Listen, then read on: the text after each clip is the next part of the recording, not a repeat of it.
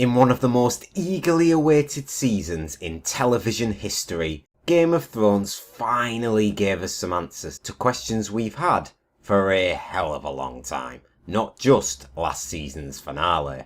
It was definitely the most fast-paced season of Game of Thrones to date, but it did not falter in its many fantastic moments, including seeing the Stark banner back over Winterfell, where it rightfully belongs. So, here are my top 10 moments from Season 6, with some honourable mentions at the end.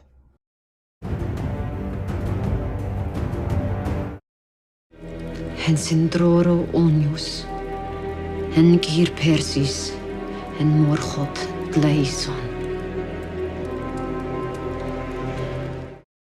Alright, let's get this one over with, as we've got plenty more of Jon Snow to come. After close to nearly a year-long wait to find out the fate of our Lord Commander, we got our answer at the end of episode 2. I'm glad they decided to get this answered sooner rather than later, and I know Game of Thrones has always been very harsh with its characters, but Jon was a character which simply had to come back. At first, it looked as if Melisandre had failed in her attempted resurrection, but as soon as Ghost began to perk up, you knew something special was about to happen, as everyone's favourite Lord Commander made his triumphant return.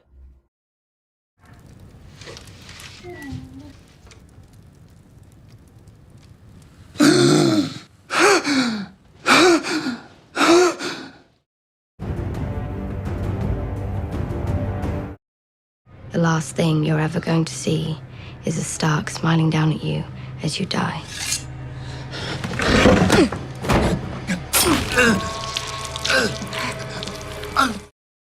After personally finding the Braavos stuff a little underwhelming the past couple of years, Arya finally put her training to good use by avenging a big player from the Red Wedding. Walder Frey slithered back into the mix after a 2-year absence, and his current celebrations were brought to a sudden stop. Arya, fully in disguise, emerged to cross another name off her list, as she took care of the traitorous Frey problem once and for all.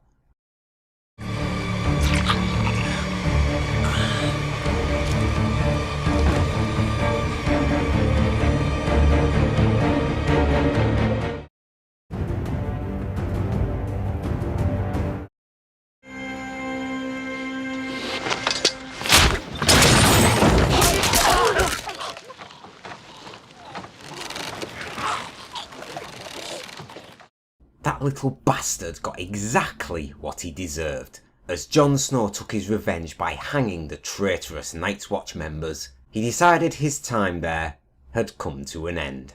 He had fulfilled his oath. He had gave his life to defend the wall, but he just couldn't stay there any longer, knowing that he was killed by his own brothers.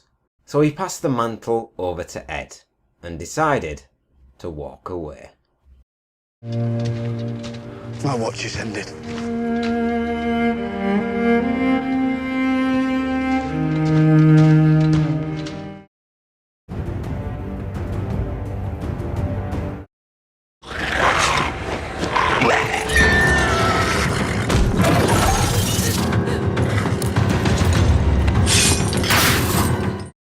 As it looked to be the end for Mira and Bran as the forces of Whites closed in on their position, they were saved by an unlikely ally.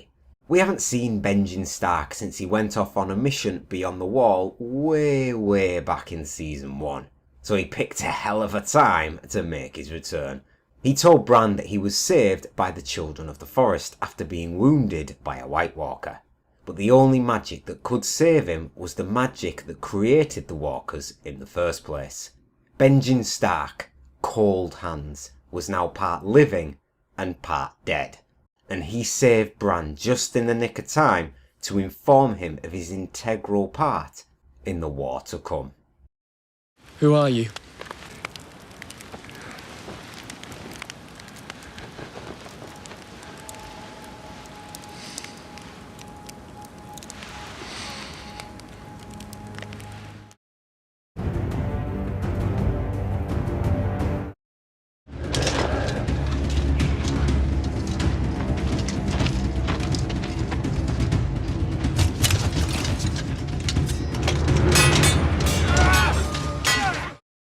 Arthur Dane, the Sword of the Morning, stood guard outside the Tower of Joy as Ned and his men began to approach the tower.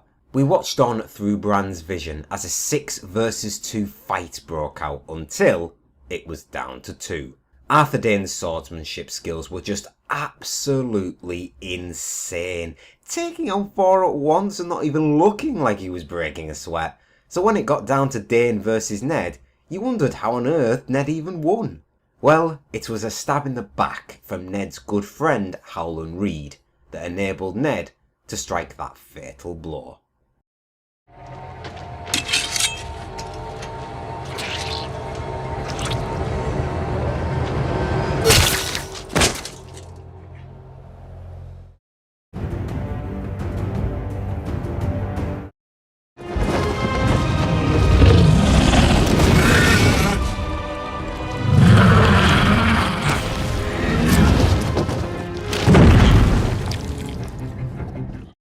Safe to say Marine has seen better days once Dany had returned to town, and as Marine lay under siege from the slave masters from the surrounding cities, Dany had just had enough.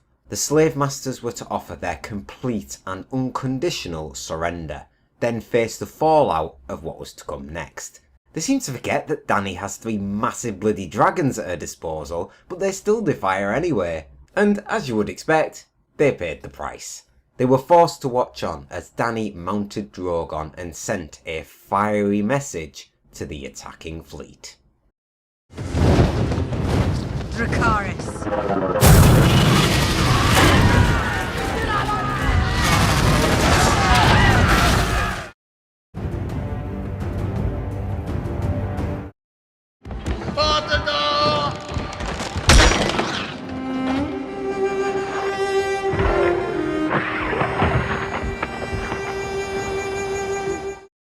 Well, this one was never not going to make it onto the list. Fans have gotten attached to many characters over the years, but not many touched the hearts quite like Hodor did. Hodor's reveal and sacrifice was as heartbreaking as they come. Bran's visions and warging caused Willis, a young Hodor, to begin to seizure, and in the present as the horde of the undead were right on their tail, Hodor was the man who stayed behind. He held the door as long as he could so Meera and Bran could safely escape. Hodor's tragic final moments were what his name meant all along. Hodor went through the whole of his life uttering the same words again and again until they were what killed him. Hora! Hora! Hora! Hora! Hora! Hora! Hora!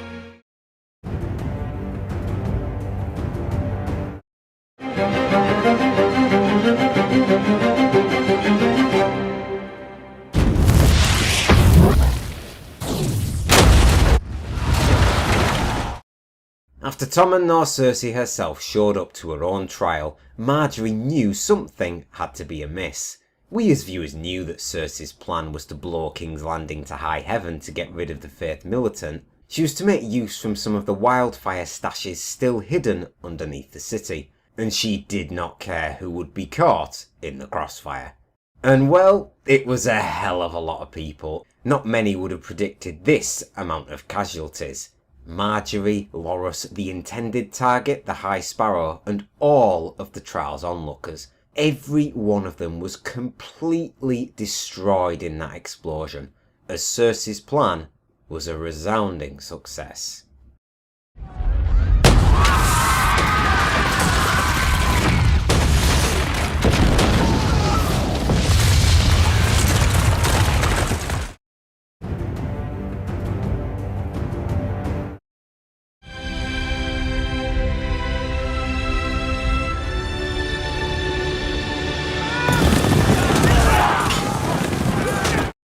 Episode 9 in Game of Thrones is known to be the big one for a very good reason. And this year, the Battle of the Bastards certainly lived up to the hype.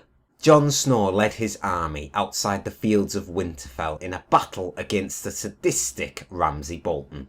Jon facing down that cavalry charge is definitely one of my personal favourite moments throughout the whole series. and what followed was a visceral, bloody battle for the Stark family home. This continuous shot following Jon was something really special, and the Knights of the Vale riding in at the very last moment provided the catalyst for Jon's victory. And I don't think anyone can deny the satisfaction they felt watching Ramsay get totally battered by Jon. All of the battle was truly breathtaking stuff, and the aftermath, including Ramsay's death, is compiled into my number 2 spot, and it definitely deserves it.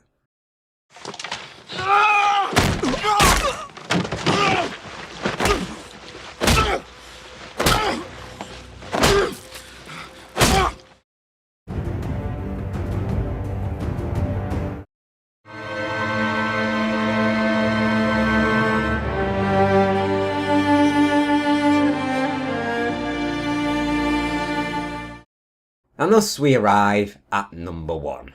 The long-standing theory of R plus L equals J, Lyanna Stark plus Rhaegar Targaryen equals Jon Snow, a theory now years in the making, was at least half confirmed to be true. A young Eddard Stark entered the Tower of Joy to find his sister Lyanna bloody from the aftermath of childbirth.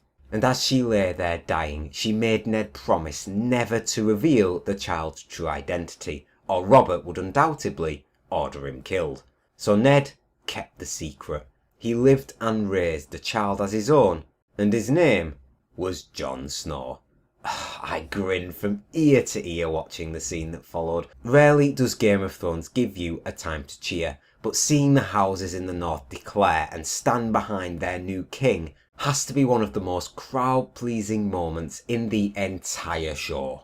And considering where he started off this season, you have to say he's done a hell of a job for himself. And it's funny, not even Jon Snow himself knows whose blood flows in his veins. All hail the King in the North! The King in the North! The King in the North! The King in the North! The King in the North! The King in the North! The King in the North! So there we are, they were my picks for the top 10 scenes in Game of Thrones Season 6. And it was bloody difficult to narrow it down, I tell ya. So here are some extra honourable mentions that didn't make it into my top 10.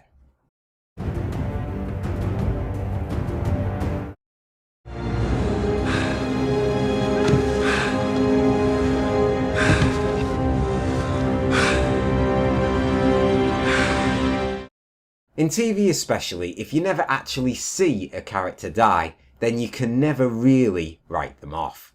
And ever since Arya left the Hound to die on the hillside after being defeated by Brienne, not a peep had been heard from him since. Many fans grew to love the development of Sandor's character, and with good reason. And as it happened, he was indeed still alive. He was saved by Brother Rey as he attempted to start life anew. But when some rogue assassins from the Brotherhood without banners slaughtered his new community, it was time for him to go back to what he knew best.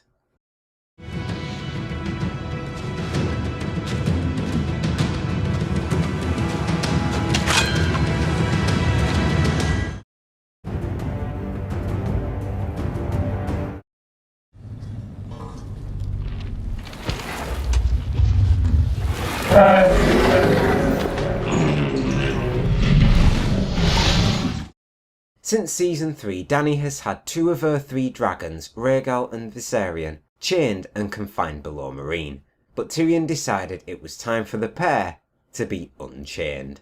He ventured down into the darkness, knowing full well what laid ahead, and after the dragons didn't burn him to a crisp, he quickly hightailed out of there, telling Varys to never let him do something like that again.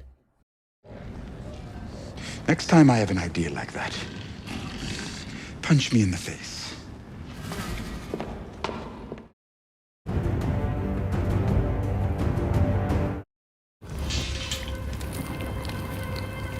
Ieri você aqui.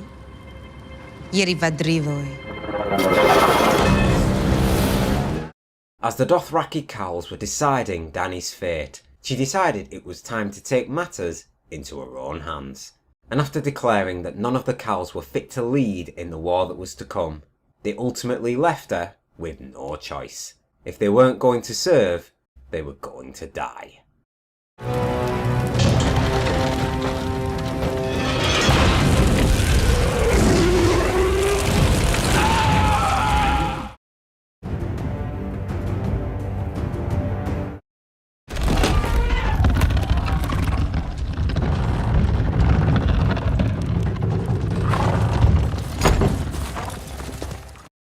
God forbid the Starks would ever get a happy moment together, but after all the pain and horror they've been put through, Season 6 gave us a long overdue one. In the show, the pair have never actually shared a scene together, but it did not matter. As Sansa arrived at Castle Black to reunite with Jon, it gave the Stark loyalists, myself included, a touching moment we've been waiting for a very long time.